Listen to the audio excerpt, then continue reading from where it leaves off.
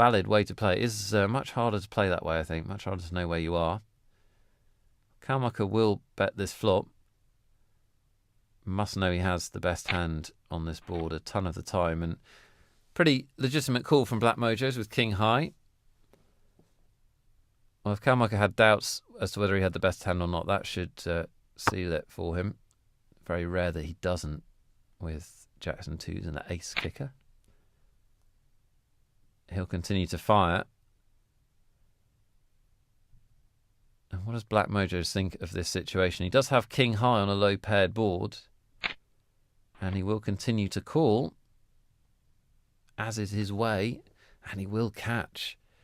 Well, this is going to frustrate Kalmucker if he sees these hands. Well, he already sees his own hand, I hope.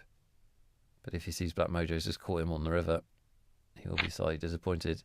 He is going to make a value bet. A little bit of a thin one, instantly called from Black Mojos, and a win. And Kalmucker will be annoyed. The river did for him. Black Mojos back up. Lost a few chips over the next few hands and will rejoin it. 55 million plays 36 and change. And two big hands. Will we see a big pre-flop pop? We haven't really seen one, and that's why, because Black Mojos really isn't 3-betting. So another post-flop hand, which is sort of more fun to watch in a way.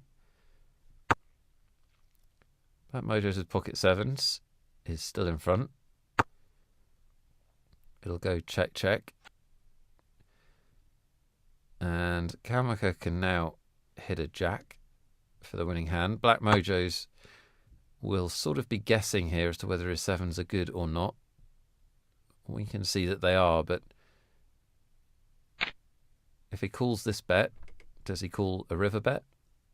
What if the river is... Well, I was going to say something scary, but most cards are scary. If the river was an ace or a king or a jack or a diamond, it's going to be scary. Let's find out. Black Mojos does call the turn, and it is a king on the river.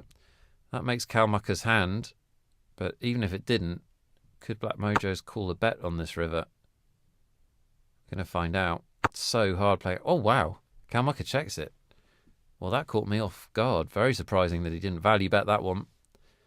He gets paid by a lot worse there. On we go. The stack's more or less even. Neither of these players yielding. The blinds have gone up. We'll keep putting up those blinds. This tournament will end. Black Mojo's raising with the ace-king. Kalmucker will see a flop with an optimistic 6-4. 6-4 offsuit as well, even more daring.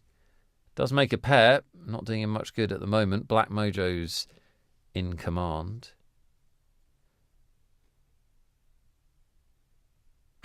Kalmucker checks.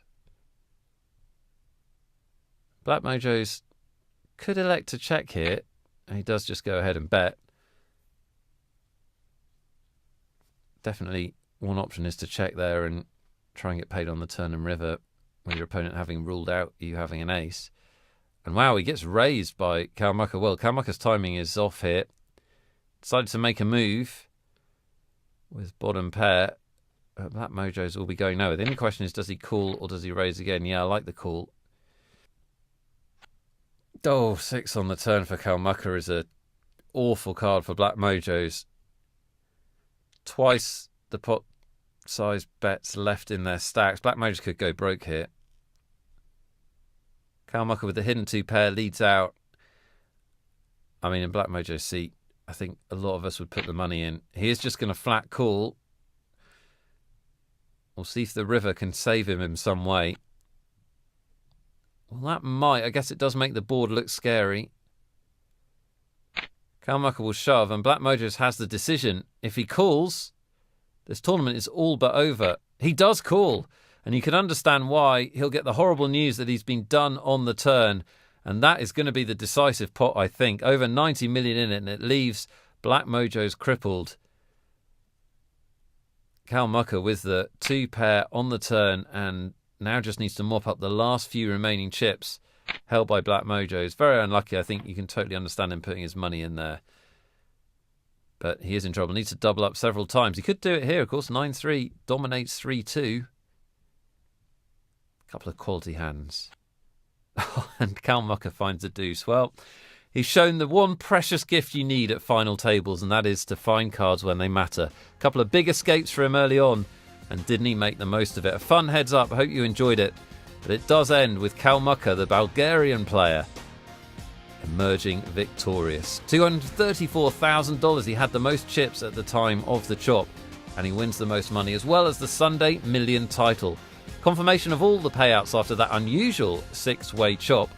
An interesting final table with some really fun, dramatic boards the way they ran out. Hope you enjoyed it.